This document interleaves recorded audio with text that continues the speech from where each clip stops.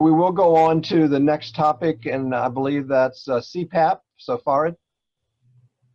Good morning, everybody.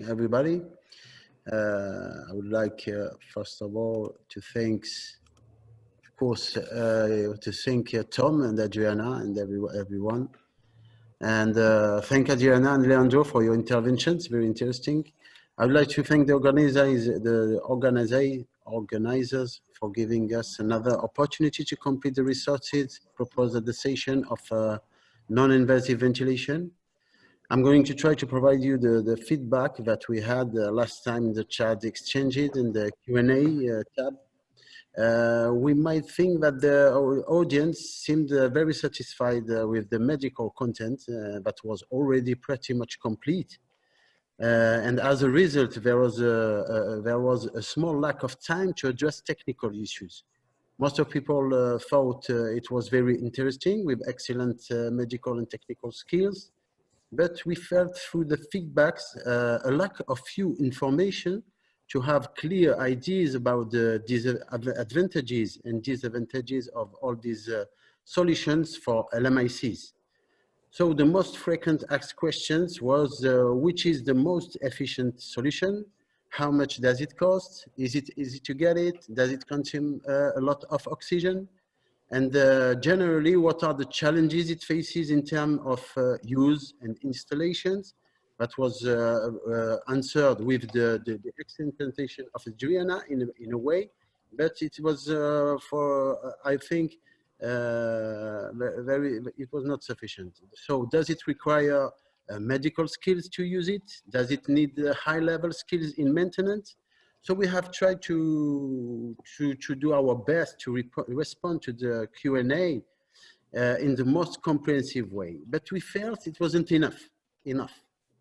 And it seemed to us the most logical to synthesize all these requests through a document allowing us to remind the story of the session and the aims of our topic. And on top of it, it includes, of course, technical data we didn't have the time to address during the session. That is why we proposed to Tom this synthetic document, which he called summary.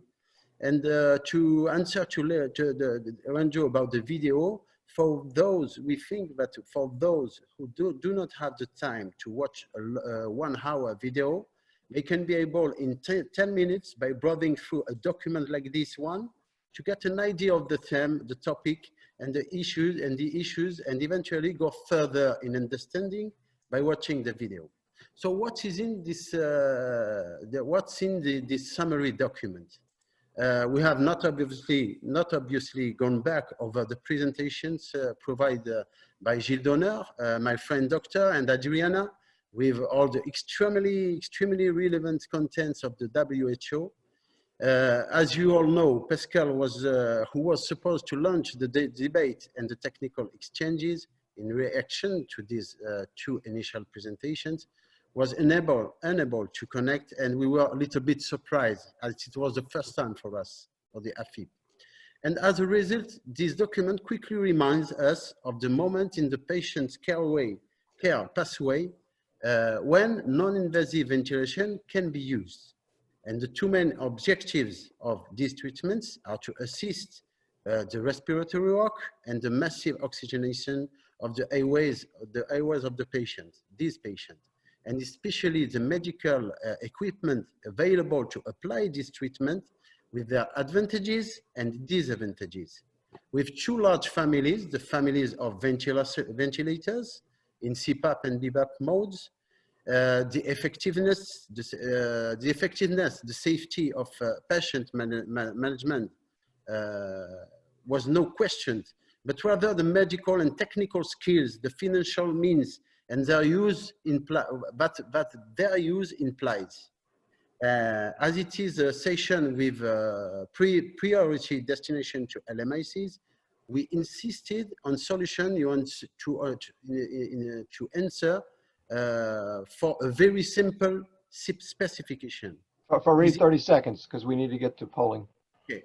Easy to use, inexpensively, available on the market, with very little maintenance, and and not high medical competence and easily mobilized even outside the intensive care units. You will thus in this document find the 3 large families of which proposes non-invasive ventilation in mode CPAP and BiPAP according to the devices, the advantages and the disadvantages, the oxygen consumption, the challenges of installation, and their level of availability on the market. You'll note with the slides of the presentations, you'll find notes with the slides of the presentation proposed during the session.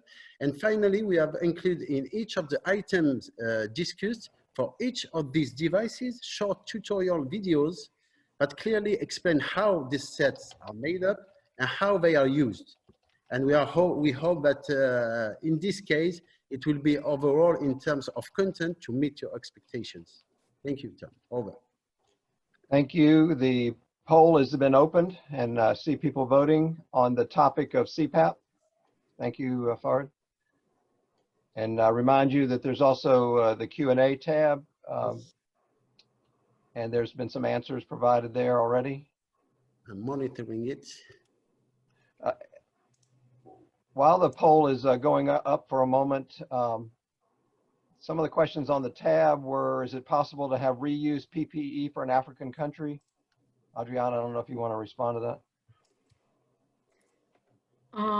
There are reusable PPE, that's the closed PPE based on cotton. But and the N95 can be reused if you have special sterilizers like a sterile. Well, that's all that we have now. And there are some research being developed now by Yingling and others. That is, if an N95 can be reused after putting it like more than 60 degrees for 2 hours in a dry hot stove, for example, no, or so. But this is now being tested. We don't have all the evidence to make a final decision. It has to be done not only with surrogates, but also with the actual virus to make sure that that happens. So it's not available now. Over. Thank you.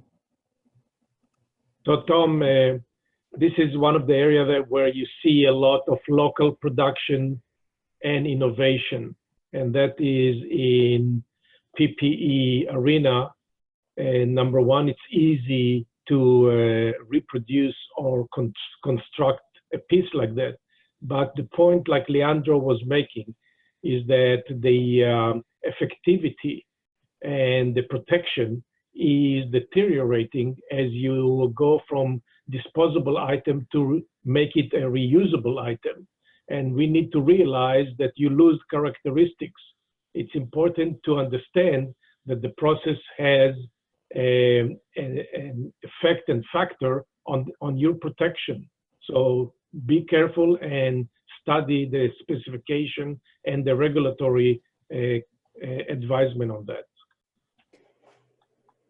Yeah, just to complement what Yatin says, they have specifically maybe 2, 3, 4 times that you can re-sterilize, no more. No, for example, for every different product, you have a specific times that you can do, and then you have to test it again. Over.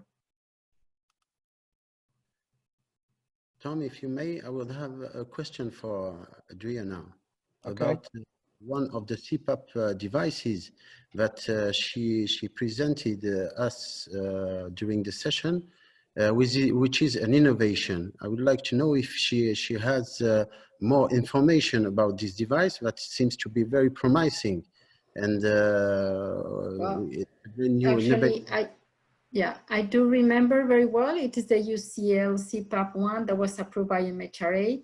But so far, the recommendation from WHO is that it cannot be used in low resource settings unless you have a high pressure, high volume of oxygen, have enough medical and nurse ratio per patient, and enough PPE. So this is being reevaluated. The provider was asked to do more tests and to test it in different settings so that then it could be recommended, but so far it's not recommended. And that is what I put in the slide. It says, be careful on the settings. So they can tell you it works marvelous in one setting, Once you change the setting, it might not work. Even if it is less costly and it says it's easier to manage, we need to find that over. Thank you. All right. I'm not seeing any other big questions come through. And thank you for, once again, about 50% of the polling. So we're going to go on to oxygen systems and Mohammed Amil. I see a few questions about the CPAP. The following question are regarding CPAP forwarding by a group. Farid, we're going to go on to the next poll and we're going to show the results of the poll. Thank you. Okay.